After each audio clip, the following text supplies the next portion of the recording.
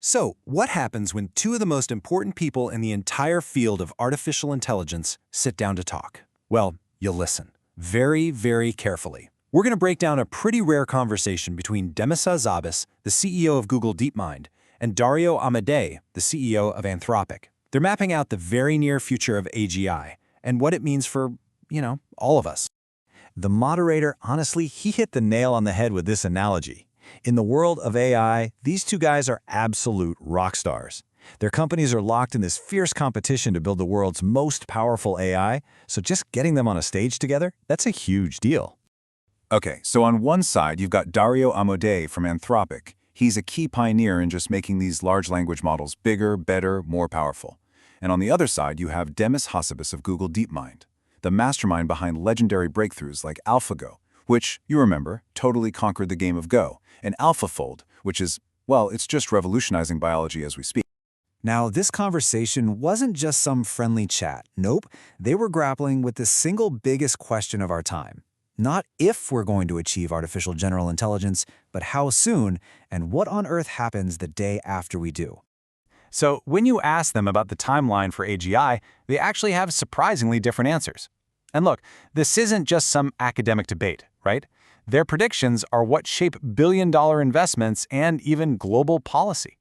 Dario Amodei is just incredibly bullish. He thinks AGI could be just a few years away.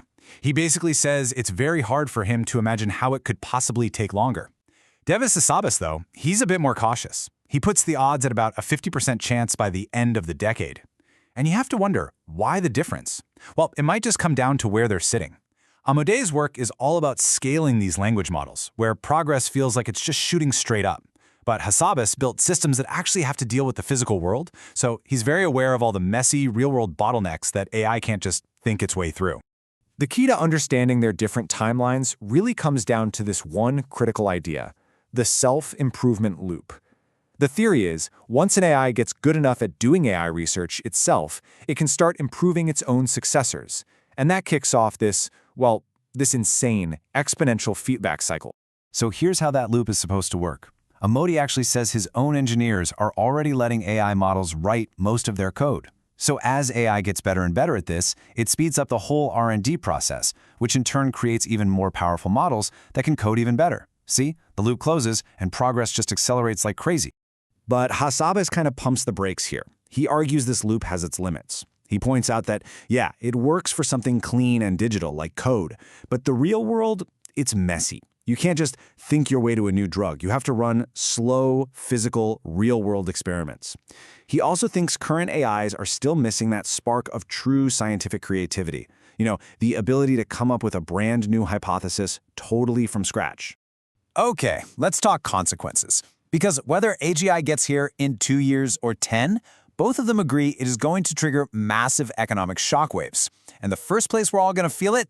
The job market. This is the question on literally everyone's mind. Are knowledge workers, the coders, the writers, the analysts, are they all about to be replaced?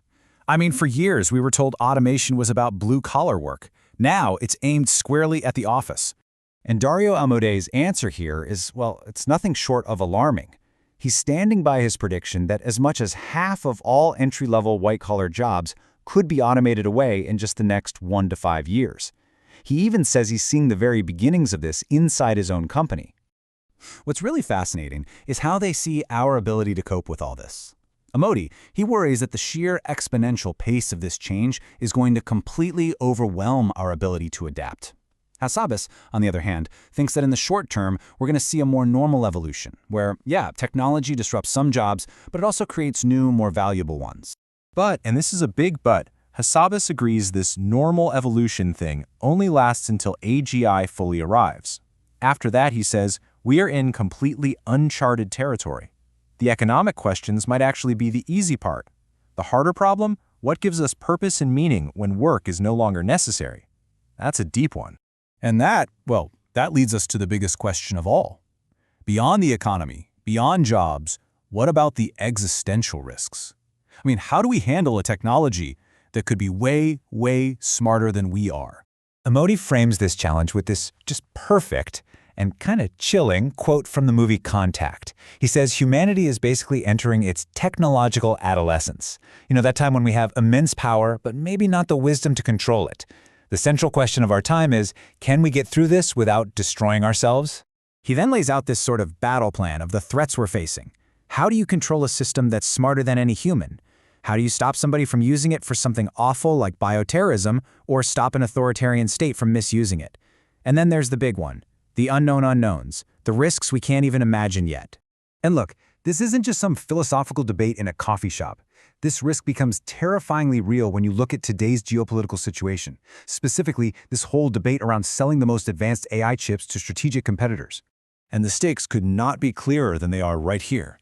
You have the official US logic, which says that selling these chips keeps our rivals dependent on our tech. But Amodei offers a starkly different analogy. For a technology this powerful, he says the question is more like, are we going to sell nuclear weapons to North Korea? He thinks the current policy is a catastrophic mistake. So, with everything speeding up and the risks getting bigger, what's the one single thing we should all be watching over the next year to see which future we're actually headed for? In the end, they both landed on the exact same answer. The one thing to watch is how quickly and how effectively AI systems get at building the next generation of AI systems. The speed at which that self-improvement loop closes, that's going to determine everything. And then, in this moment of just striking honesty, both of them admitted they wish things were moving slower. Amodei, even though he's predicting a super fast timeline, said he'd actually prefer Hassabis's longer timeline of 5 to 10 years. Why? Because it would give society more time to prepare for these monumental changes. And Hassabis totally agreed. And that leaves us with the final, and frankly, kind of haunting question. Everyone who is building this technology seems to know that a slower pace would be safer. But in a high-stakes race between companies and between nations, does anyone truly have the power, or even the incentive, to actually hit the brakes?